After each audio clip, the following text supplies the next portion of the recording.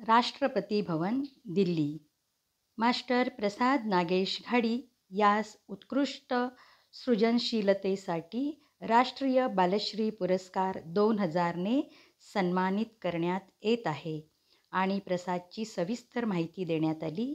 हे सर्व इंग्लिशमध्ये चाललं होतं. निवेदन पूर्ण होताच प्रसादचे बाबा त्याला हळूहळू व्हीलचेअरमध्ये घेऊन पुढे आले आणि त्यावेळचे राष्ट्रपती श्री KR नारायणन यांच्या पत्नी उषा नारायणन आणि काही मान्यवर यांच्या हस्ते प्रसादला राष्ट्रीय बालश्रीचं मानचिन्ह, 10,000 रुपयांचा चेक आणि काही वस्तू देऊन सन्मानित करण्यात आलं. ह्या सगळ्या गडबडीतही पुरस्कार मिळाल्यानंतर प्रसादने सर्वांना अगदी थोडीशी मान झुकवून नमस्कार केला. खास बालश्रीसाठीचा देण्यात आलेला सुंदर खादीचा ड्रेस, त्यावरील सिल्कचं जॅकेट यामध्ये माझा प्रसाद खूप सुंदर दिसत होता. त्याच्यामुळेच आम्ही राष्ट्रपती भवनच्या सभागृहामध्ये स्थानपन्न होऊन तो सोहळा, याची देही याची डोळी पाहत होतो. मित्रहो, नमस्कार.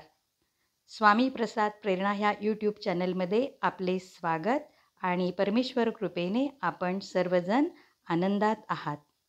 आमच्या प्रसादने सृजनशील सादरीकरणाचा महाराष्ट्राला पहिला पुरस्कार कसा मिळवून दिला हेच आपण आजच्या भागामध्ये ऐकणार आहात. मोठ्या मंडळींना जसा पद्मश्री पुरस्कार मिळतो तसाच 12 ते 16 ह्या वयोगटासाठी बालश्री पुरस्कार प्रदान करण्यात येतो. पण हल्ली ही प्रथा बंद झाली आहे असं कळलं. पण माझ्या प्रसादच्या मात्र भाग्यात हा पुरस्कार होता. परंतु हा पुरस्कार नुसतं कार्य नाही तर 4 पातळीवर प्रत्यक्ष परीक्षा घेऊनच मुलांचं मूल्यमापन करून देण्यात येत असे. जिल्हा पातळी, त्यानंतर राज्य पातळी, मग वेस्ट झोनची जी 4 राज्य आहेत तिथे 3री पातळी आणि त्यामध्ये निवडलेली मुलं अंतिम दिल्ली जवाहर बालभवन इथे जाऊन तिथे अंतिम स्पर्धा झाली आणि मग तिथेच ही निवड होत असे. त्याप्रमाणे प्रसादने ह्या सर्व पातळीवर आपलं उत्कृष्ट प्रेझेंटेशन देऊन चांगलं यश मिळवलं आणि अंतिम फेरीसाठी त्याची निवड झाली. आपल्या ह्या वेस्ट झोनमधून जवळजवळ 7-8 मुलं ह्या स्पर्धेला तिकडे जाणार होती. सोबत जवाहर बालभवन चर्नी रोडच्या मॅडम थर्वल मॅडम ह्या आमच्यासोबत सहकारी म्हणून येणार होत्या. परंतु प्रसादची परिस्थिती पाहता आम्हाला दोघांनाही येण्याची परवानगी आणि आम्ही बालभवनमध्येच राहणार होतो. इतर पालकांना गरज लागली यायची तर त्यांना मात्र बाहेर राहण्याची व्यवस्था करावी लागणार होती.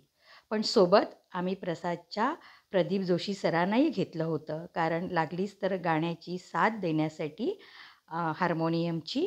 आणि दुसरी गोष्ट म्हणजे अगदीच काही भाषेचा प्रश्न आला तर, कारण आमच्यासाठी इतक्या दूर जाऊन अशा प्रकारची परीक्षा देणं हा एक पहिला अनुभव होता आणि म्हणूनच आम्ही प्रसादच्या सरांना सोबत घेतलेलं.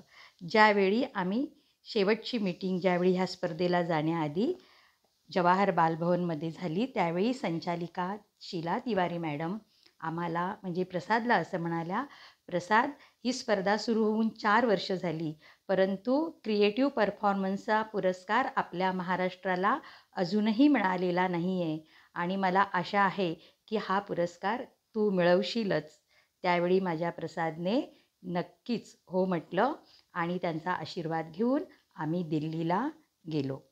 दिल्लीला जवळजवळ 5 दिवस आम्ही राहिलो होतो आणि 5 दिवस वेगवेगळ्या प्रकारच्या वेगवेगळ्या प्रकारचे राऊंड होत होते आणि त्यामधून मुलांची सृजनशीलता पाहिली जात होती आणि तिचंच मूल्यांकन केलं जात होतं. पण सर्वात महत्त्वाचा जो राऊंड होता तो क्रिएटिव्ह परफॉर्मन्सचा आणि ही फेरी फार महत्त्वाची होती, कारण कितीतरी मुलं याच फेरीत मागे पडतात. अगदी पहिल्या 2-3 फेऱ्यांमध्ये ज्या मुलांच्या बाबतीत ठामपणे सांगितलं जातं की यांना बालश्री मिळेलच, पण तीही मुले बहुतेक या फेरीत मागे पडतात. असं आम्हाला ज्यावेळी आम्ही प्रत्यक्ष प्रसादमुळेच आम्हाला आत बसण्याची परवानगी मिळाल्यामुळे हे सगळं अनुभवलं होतं. तर ही अंतिम फेरी सुरू झाली आणि यासाठी जे परीक्षक होते ते NDA नॅशनल स्कूल ऑफ ड्रामाचे वरिष्ठ पदावरील व्यक्ती होत्या. तर एक विषय देऊन स्पर्धकाला स्वतःच्या कलेची मदत घेऊन एखादा विषय ते सादर करायला सांगत होते. पण बरीच मुलं इथे गडबडत होती. कारण पाठांतर करून, प्रॅक्टिस करून गाणं किंवा अभिनय सादर करणं वेगळं आणि अचानक एखादा विषय देऊन त्यावर ऑन दी स्पॉट सादरीकरण करणं वेगळं. इथे तुम्हाला कोणाची मदत मिळत नसते, तुम्ही कोणाला विचारू शकत नाही. तुमच्या एकूणच सृजनशीलतेची आणि गुणवत्तेची खरी कसोटी इथे लागते. जवळजवळ 5-6 मुलांची स्पर्धा झाली, पण परीक्षकांना मनासारखं काही सादरीकरण दिसत नव्हतं. तरीही मुलांना ते टिप्स देत होते आणि तरीही मुलं गडबडत होती. आम्ही शेवटच्या रांगेमध्ये एका बाजूला बसलेलो होतो आणि प्रसाद पुढे व्हीलचेअरमध्ये मुलांमध्ये बसलेला होता. त्यावेळी मी मनात त्या ईश्वरी शक्तीची एवढीच प्रार्थना केली की माझ्या प्रसादला चांगली शक्ती दे. त्याला पुरस्कार मिळाला नाही तरी चालेल, पण त्याचे हसे होऊ देऊ नकोस. आणि काही वेळाने आमच्या प्रसादचा नंबर आला. प्रसादचे बाबा जेव्हा त्याला व्हीलचेअरमध्ये बसवायला निघाले तेव्हा मी एवढंच म्हटलं की प्रसाद जेव्हा त्याला पोझिशन मिळेल, ओके म्हणेल, त्याचवेळी तुम्ही स्टेजवरून खाली उतरा, घाई करू नका. आणि त्याप्रमाणे तसं त्यांनी केलं. प्रसादला पोझिशन मिळाली. प्रसाद स्पर्धेसाठी तयार. प्रसादने नेहमीप्रमाणे स्मितहास्य करून सर्वांना नमस्कार केला. परीक्षकांनी विचारलं, कविता लिखी आहे? कारण ज्यावेळी मुलं ह्या राऊंडसाठी आत आली होती त्याचवेळी परीक्षकांनी सांगितलेलं की तुम्ही प्रत्येकाने एक कविता आता इथेच लिहायची आहे आणि ती आम्हाला इथे आल्यावर ऐकवायची आहे. त्याप्रमाणे प्रसादने जी कविता तयार केली होती ती त्यांना म्हणून दाखवली. ते पाहिल्यानंतर मला वाटलं नाही की इतकं काही समाधान झालं असेल, कारण परीक्षकांचा आवाज थोडा वेगळा वाटला आणि त्यांनी मग असं सांगितलं की प्रसाद, अभी कविता गा के सुनाओ. एक क्षण विचार केला प्रसादने आणि सुंदर तालात लयीत कविता त्यांना गाऊन दाखवली. आणि त्यावेळी त्यांनी व्हीलचेअरवर ठेवलेल्या हाताने व्हीलचेअरच्या आधारानेच ताल धरला होता. आणि ही कविता ऐकताच मात्र परीक्षकांचा चेहरा असं वाटलं बहुतेक थोडा तरी खुलला असेल. सर्वांनी जोरदार टाळ्या वाजवल्या, कारण कविता ही पावसाळ्यावर होती आणि खूप मजेशीर होती. आणि आता परीक्षक आपल्याला काय विचारत आहेत असं माझ्या मनात येत होतं. आणि तेवढ्यातच त्यांनी विचारलं, प्रसाद, आप क्लासिकल भी सीखते हो ना? कोई भी एक राग सुना हो. प्रसादने भूप रागातील चीज त्यांना ऐकवली. आणि मग प्रसादच्या चेहऱ्यावर पण मला असा भाव दिसला की तो अगदी तयारच होता की परीक्षक मला काय काय विचारत आहेत आणि मी त्यांना काय काय सांगू शकतोय, असं जणू त्याच्या चेहऱ्यावरचा तो उत्साह दिसत होता. आणि प्रश्न असा होता की अभी यह राग अलग अलग मूड में गाकर सुनाओ. खरं तर मला हा प्रश्नच जरा वेळ कळला नव्हता. पण काही वेळातच माझ्या लक्षात आलं की आमच्या ह्या पठ्याने मात्र तो प्रश्न पटकन समजून त्याप्रमाणे वेगवेगळे त्या रागाचे मूड, म्हणजे कधी हसत, कधी रागामध्ये, कधी दुःखामध्ये, अशा प्रकारे वेगवेगळ्या मूडमध्ये तो राग त्यांनी गाऊन दाखवला. त्यामुळे मुलंच काय, परीक्षेही जोरात हसू लागले आणि टाळ्या वाजवू लागले. जणू इतका वेळ त्यांचा गेलेला मूड प्रसादने परत आणला होता. कारण मी तुम्हाला आधीच सांगितलं की ही सर्व मंडळी NDAच्या वरिष्ठ पदावरील व्यक्ती होत्या. टाळ्यांचा कडकडाट संपला आणि मला वाटलं आता बहुतेक प्रसादची स्पर्धा संपली. पण नाही, कारण खरा स्पर्धक मिळाल्यानंतर परीक्षक कसे शांत राहणार. त्यांनी आता प्रसादला अभिनय करण्यासाठी विषय दिला.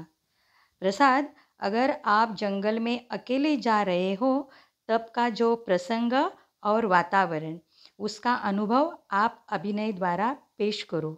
हा प्रश्न ऐकल्यानंतर मी थोडी घाबरलेच होते, कारण आमचं हे बाळ व्हीलचेअरमध्ये आणि अशा प्रकारे जंगलातील वातावरण आणि जंगलामध्ये जाण्याचा प्रसंग त्यांना दाखवायचा होता. थोडीशी मी विचारात होते, पण तेवढ्यातच पक्ष्यांची किलबिल मला ऐकू आली आणि पाहते तर काय, माझा प्रसाद जंगलात पोचलासुद्धा. पक्षी प्राण्यांचे आवाज काढून प्रथम त्याने वातावरण निर्माण केले आणि नंतर तो व्हीलचेअरवर आपले हात ठेवून असे काही मागेपुढे करू लागला, की जसं आपले हात चालताना मागेपुढे होतात. व्हीलचेअरमध्ये बसूनसुद्धा माझा प्रसाद चालत होता. आणि मग काही वेळाने वाघाचा आवाज आला. त्यामुळे प्रसाद थोडा घाबरला. पण तो पुढे पुढे जात होता आणि जंगल त्यामुळे तिथे माणसं नाहीत. कोणाशी बोलणार? पण तो स्वतःशी काहीतरी असा पुटपुटत होता. आणि पुढे पुढे जाता जाता शेवटी अचानक तिथे एक नागही आला आणि हा नाग प्रसादचा पाठलाग करू लागला. त्याबरोबर प्रसाद त्या ॲक्शनने जरा जोरात चालायला लागला. मला तर खूप भीती वाटली, कारण कुठे अशी जोरात हालचाल होऊन ह्याचा तोल गेला तर. पण नाही, परमेश्वर स्वामी माऊली नक्कीच त्याची काळजी घेत होती आणि हा नाग काही त्याची पाठ सोडेना. तेव्हा मात्र चालून चालून दमलेला, धापा टाकत असलेला प्रसाद म्हणाला, नागराज, हे नागराज, कृपया प्लीज़, मैं आपको प्रणाम करता हूँ, आप मेरा पीछा छोड़ो, प्लीज़ मेरा पीछा छोड़ो, मैं घर जाके आपकी पूजा करूँगा, असं त्यांनी सांगितलं आणि त्याने हात जोडले. त्याबरोबर परीक्षकांच्या तोंडून व्हेरी एक्सलंट असे उद्गार बाहेर येऊन सर्व परीक्षकांनी स्टँडिंग ओवेशन दिलं. सगळेजण उभे राहिले आणि प्रसादसाठी जोरदार टाळ्या वाजवल्या. संपूर्ण सभागृहात टाळ्यांचा कडकडाट चाललेला. आणि शेवटी परीक्षकांनी मुलांना असं सांगितलं, की सृजनशीलता जो हमें अपेक्षित है वो यह है जो आज प्रसाद ने हमें दिखाई है. Thank you Prasad, thank you. आम्ही दोघेही भारावून गेलो. जरा वेळ प्रसादला स्टेजवरून खाली आणायचंही आम्ही विसरलो. तेवढ्यात कोणीतरी आम्हाला बोलवायला आलं आणि प्रसादचे बाबा गेले आणि प्रसादला खाली घेऊन आले. अशा प्रकारे हा अंतिम राऊंड प्रसादने अशा प्रकारे गाजवलाच होता. काही महिने गेले आणि मग जवाहर बालभवनच्या तिवारी मॅडमचा फोन आला, की प्रसाद अभिनंदन, प्रसादला बालश्री पुरस्कारासाठी प्रसादची निवड करण्यात आली आहे आणि जो पुरस्कार आत्तापर्यंत महाराष्ट्राला मिळाला नव्हता, तो सृजनशील सादरीकरणाचा पुरस्कार आमच्या प्रसादने महाराष्ट्राला मिळवून दिला होता. आणि त्याचंच सुरुवातीला आपण वर्णन ऐकलंत, की राष्ट्रपती भवनमध्ये आम्ही प्रसादमुळेच गेलो आणि हा सोहळा पाहिला. याची बातमी अनेक वर्तमानपत्र आणि दूरदर्शनवर त्यावेळी दाखवण्यात येत होती. दिल्लीलाही अनेक TV चॅनलवर प्रसादची मुलाखत घेण्यात आली आणि सर्वात महत्त्वाचं म्हणजे प्रसादचे छोटे आजोबा, गोपाळ आजोबा, त्यांनी प्रसादला विमानाचं तिकीट परत येण्यासाठी दिलं होतं आणि त्यामुळे आम्ही पहिला प्रवास त्यावेळी परत येताना केला. त्यावेळी एअरपोर्टवर सुद्धा अनेकांनी प्रसादला बातम्यांमध्ये पाहिल्यामुळे ओळखलं आणि त्याच्या स्वागतासाठी काहीजणं जवळ आले. अशा प्रकारे सृजनशील सादरीकरणाचा प्रसादने हा पुरस्कार मिळवला. त्याचबरोबर त्यावेळी आपल्या महाराष्ट्रातील काही मुलांनाही वेगवेगळ्या क्षेत्रात हा पुरस्कार मिळाला होता. त्यापैकीच नील मॅथ्यू याला सृजनशील विज्ञानाचा पुरस्कार मिळालेला आणि त्यावेळी त्याच्या आई डॉक्टर ज्योती मॅथ्यू यांची ओळख झाली आणि त्यांच्यामुळेच पुढे दुबईचा कार्यक्रम घडून आला. हे आपण पुढील भागामध्ये ऐकणारच आहात. मित्रहो, मी आता इथेच थांबते. नमस्कार, धन्यवाद.